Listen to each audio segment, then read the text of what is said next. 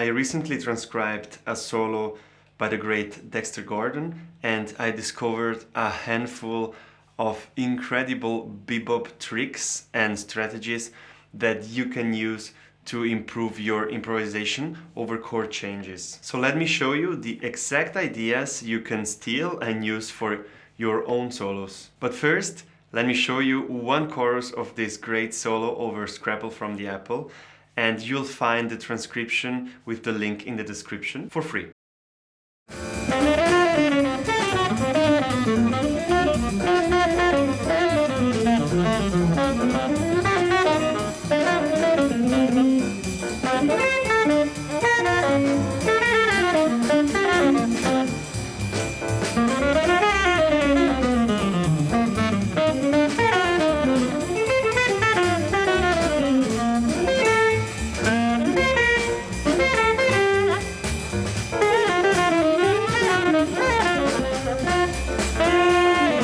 At the beginning, you can hear him playing, and then he goes.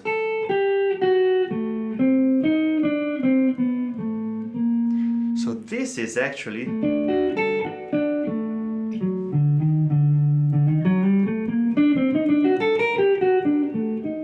a D7. It's a D7 flat 9, and this is the 5 for 2G, but there is not really this chord in the comping. The comping is just G minor to C7. But he is imagining more tension. So actually something that you can use is try to build in like the 5 of the main chord that is actually being played. So you have some more tension in it. So for example, phrases like, so you hear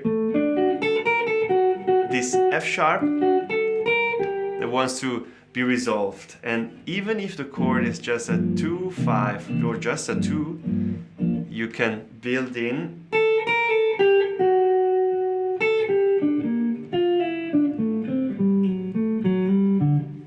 the tension of the 5 of this chord.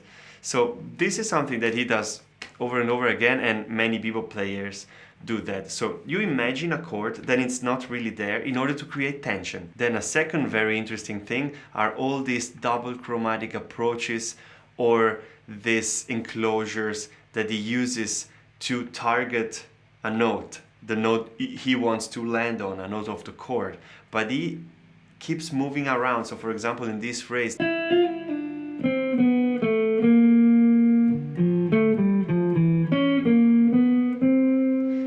so at the beginning we have everything diatonic, but then this. So our goal is the B flat, but instead of going,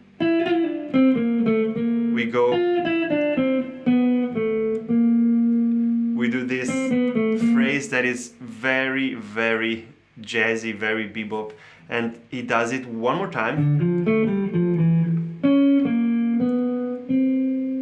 So it goes again, chromatic from above and double chromatic from below, and in this case was this chromatic enclosure, which is very nice.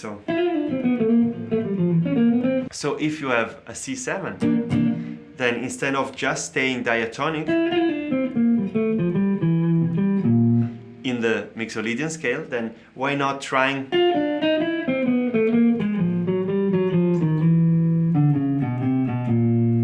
all these approaches, like that could be even your exercise. Then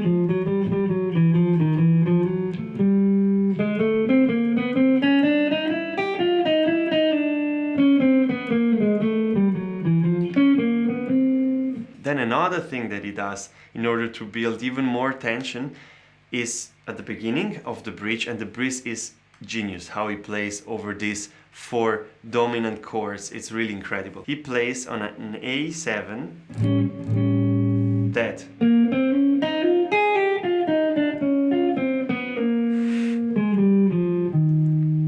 and then he goes to D. But this, it's meant to be a B melodic minor. That's just an approach.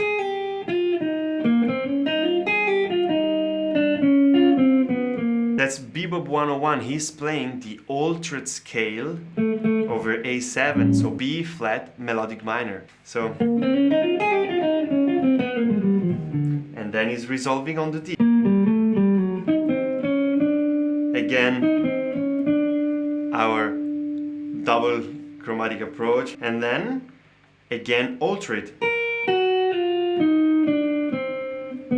to land on the G.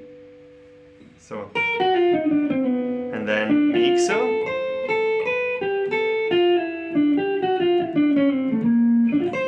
So the first half of the bridge he plays it altered, and the second half he plays it mixolydian. You can choose which chords you want to alter and which chords you want to keep more diatonic or with less tension. But I just found genius, these two chords.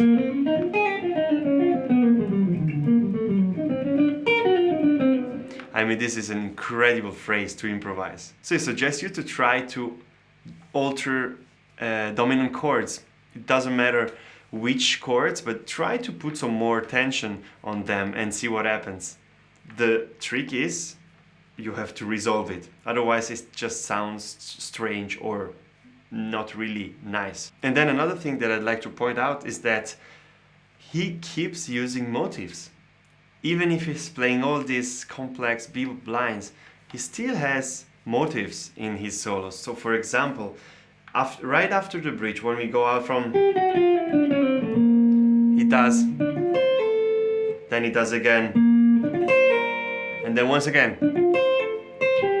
So I hope it was interesting, and don't forget to subscribe to the channel, and if you want to download the transcription of this first full chorus of Scrabble from the Apple, then you can click the link in the description and it's for free.